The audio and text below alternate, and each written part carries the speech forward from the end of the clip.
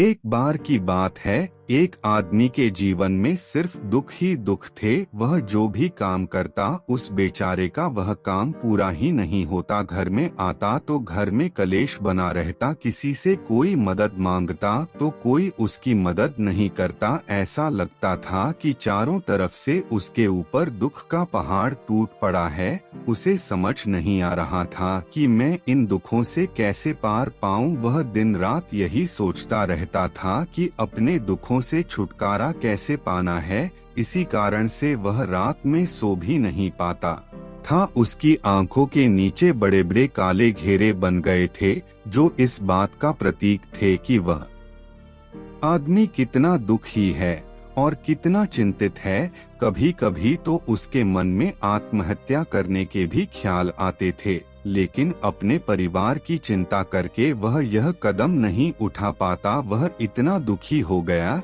कि उसने निर्णय किया कि वह इन दुखों से छुटकारा पाकर ही रहेगा। इसके लिए चाहे उसे कितनी ही मेहनत करनी पड़े, कुछ भी करना पड़े, चाहे अंगारों पर चलना पड़े, लेकिन इन दुखों से छुटकारा हासिल करके रहेगा। ऐसे ही एक दिन उसने अपने मित्र से पूछा कि मैं अपने जीवन को कैसे सुधारें। उसके मित्र ने उसे बताया कि तुम किसी बाबा के पास जाओ। बाबाओं के पास ऐसा मंत्र होता है जिससे सारे दुख मिट जाते हैं, जीवन खुशियों से भर जाता है और धन संपदा भी हासिल होती है। तुम किसी ऐसे बाबा को ढूंढ लो, बस तुम्हारा काम बन जाएगा। उस आदमी के मन में यह बात पूरी तरह से पक्की बैठ गई कि कोई बाबा ही मेरा दुख दूर कर सकता है, और इसीलिए उसे किसी भी बाबा के बारे में पता चलता तो वह उस बाबा के पास पहुंच जाता, उस बाबा को अपनी समस्या बताता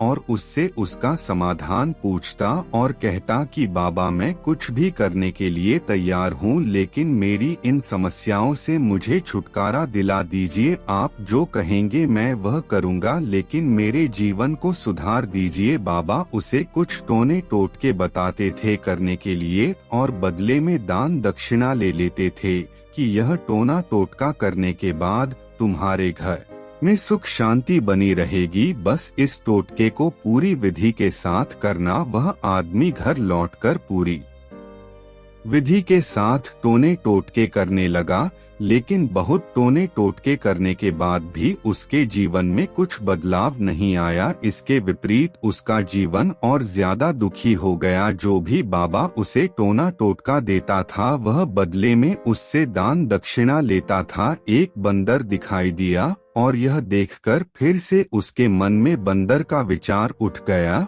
और यह देखकर वह इस विचार को बाहर फेंकना चाहता था और वह चाहता था कि मेरे अंदर किसी तरह से बंदर का विचार ना आए, लेकिन उसे तो सामने बंदर ही दिखाई दिया। ऐसे ही जद्दोजहद करते करते घर पर पहुंचा और घर पर पहुंचने के बाद अपनी पत्नी को कहा कि हे बंदरिया मुझे खाने में बंदर परोस दो। और जब उसे एहसास हुआ कि उसने क्या बोल दिया तो वह अपने बाल नोचने लगा और दीवारों में सर मारने लगा कि आज तक मुझे बंदर का कोई भी विचार नहीं आया और आज मुझे यह क्या हो गया है कि मुझे हर जगह बंदर ही बंदर नजर आ रहे हैं। यह कैसी माया है। यही सोच सोच कर वह आदमी रात भर सो नहीं पाया। रात भर करवटें बदलते रहा और सुबह उठकर सीधे उसी बाबा के पास पहुंच गया और उसके चरणों में गिरकर कहा कि बाबा पता नहीं क्या चमत्कार हो रहा है,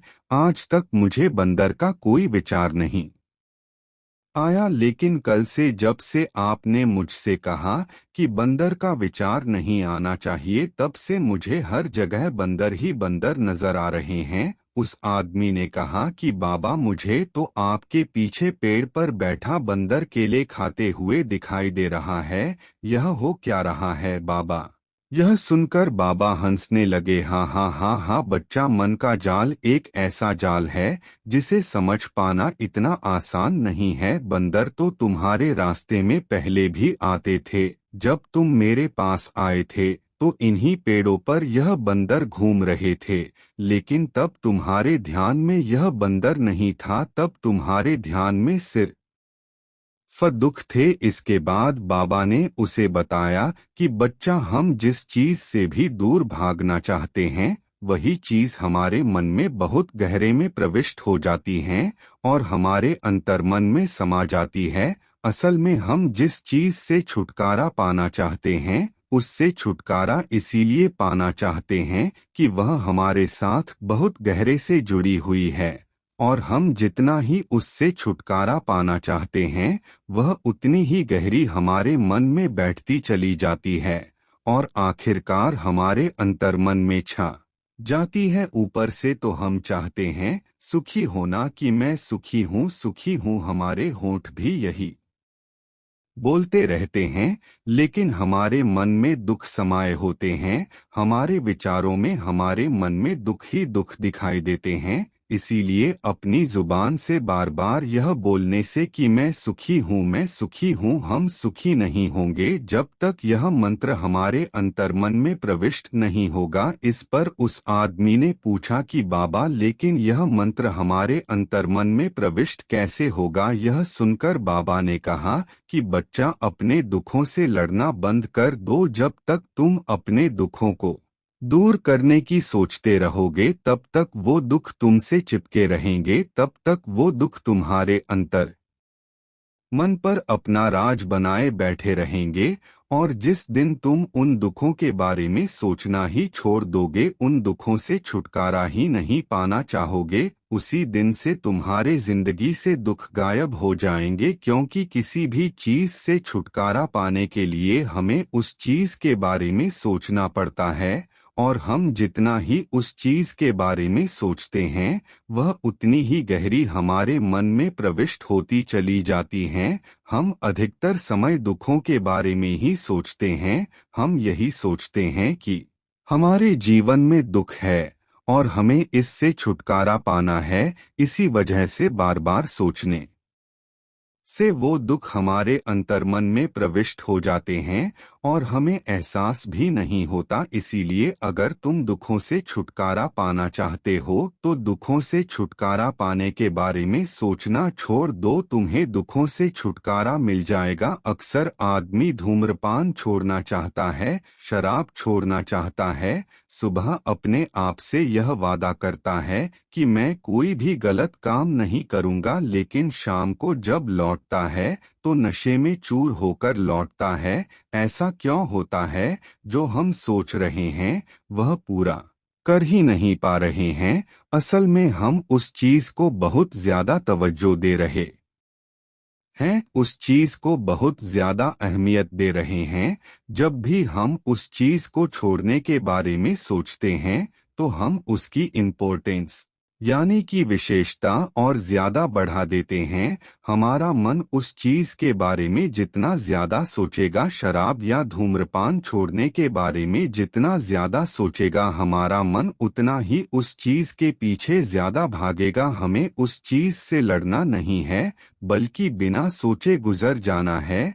और अगर हम इस मंत्र को समझ लेते हैं तो हम अपने जीवन में जो भी पाना चाहते हैं उसे अपने अंतर्मन में डाल सकते हैं, और एक बार वो लक्ष्य हमारे अंतर्मन में बैठ जाता है तो फिर सफलता पाने में कोई समस्या नहीं आती, कोई दिक्कत नहीं आती। तो दोस्तों, कैसी लगी आपको यह कहानी? अच्छी लगी तो चैनल को सब्सक्राइब जरूर कर ले। धन्यवाद।